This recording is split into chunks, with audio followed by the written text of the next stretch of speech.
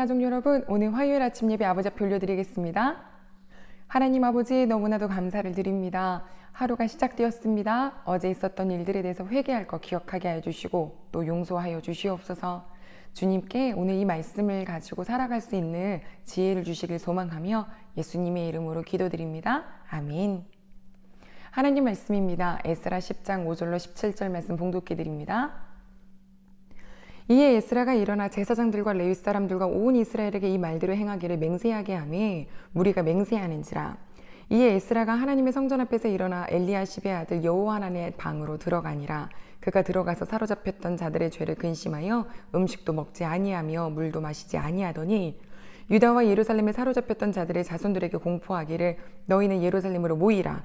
누구든지 방백들과 장로들의 훈시를 따라 3일 내에 오지 아니하면 그의 재산을 정몰하고 사로잡혔던 자의 모임에서 쫓아내리라 하며 유다와 베냐민 모든 사람들이 3일 내에 예루살렘에 모이니 때는 9째 달 20일이라.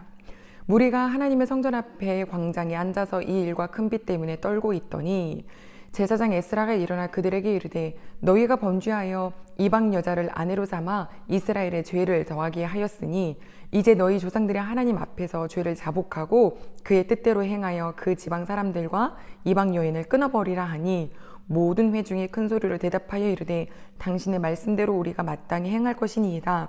그러나 백성이 많고 또 큰 비가 내리는 때니 능히 밖에 서지 못할 것이요 우리가 이 일로 크게 범죄하였은즉 하루 이틀에 할 일이 아니오니 이제 온 회중을 위하여 우리의 방백들을 세우고 우리 모든 성읍의 이방 여자에게 장가든 자는 다 기한의 각 고을의 장로들과 재판장과 함께 오게 하여 이 일로 인한 우리 하나님의 진노가 우리에게서 떠나게 하소서 하나 오직 아사엘의 아들 요나단과 디과의 아들 야시야가 일어나 그 일을 반대하고 무슬람과 레위 사람 삽부대가 그들을 돕더라.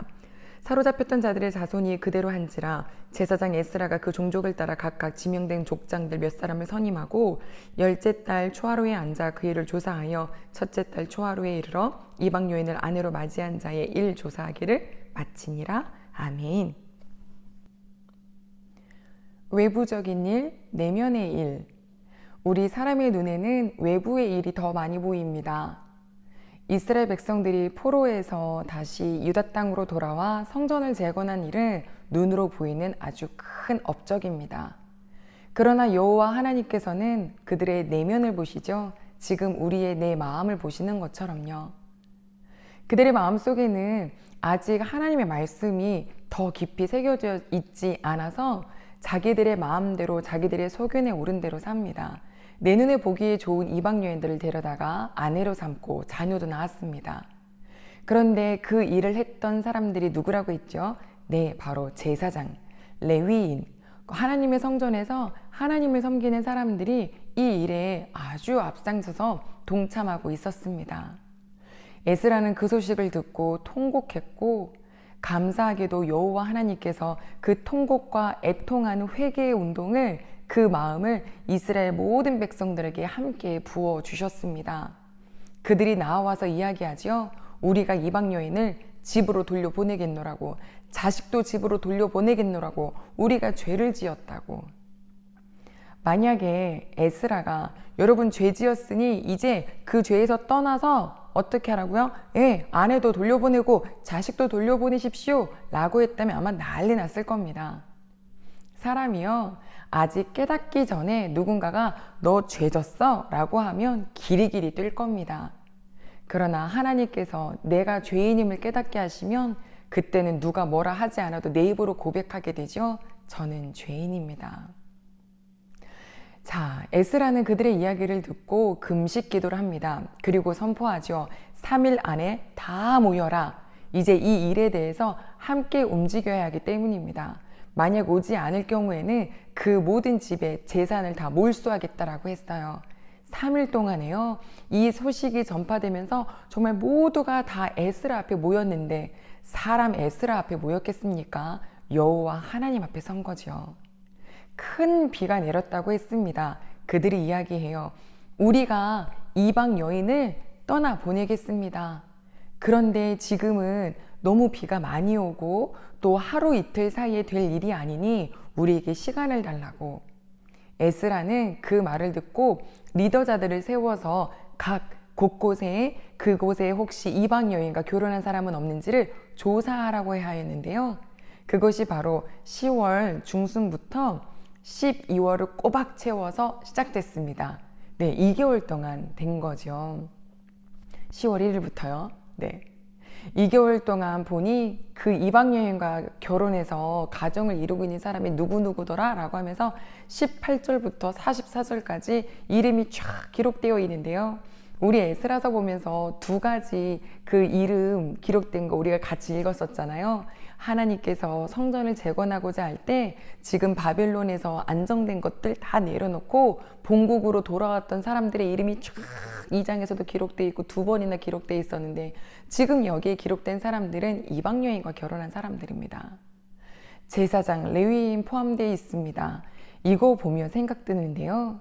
목사며 무엇하며 직분을 가지고 있은들 그것은 하나님 아버지 앞에서 아무 상관없구나.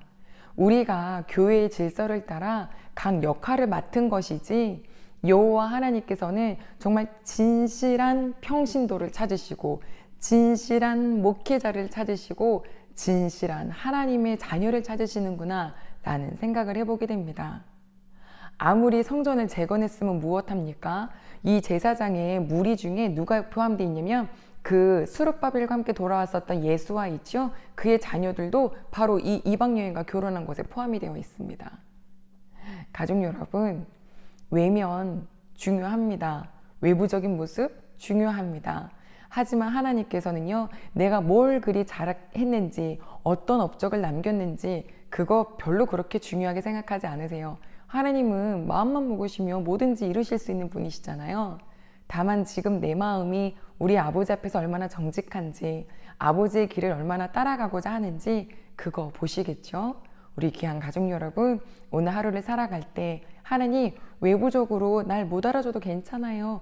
외부적으로 제가 뛰어나지 않아도 괜찮아요. 하지만 한 가지, 하나님을 향하여 말씀대로 살고자 하는 그 마음은 진심이고 정말 그렇게 노력합니다. 그런 우리 식구들이 되시기를 소망합니다.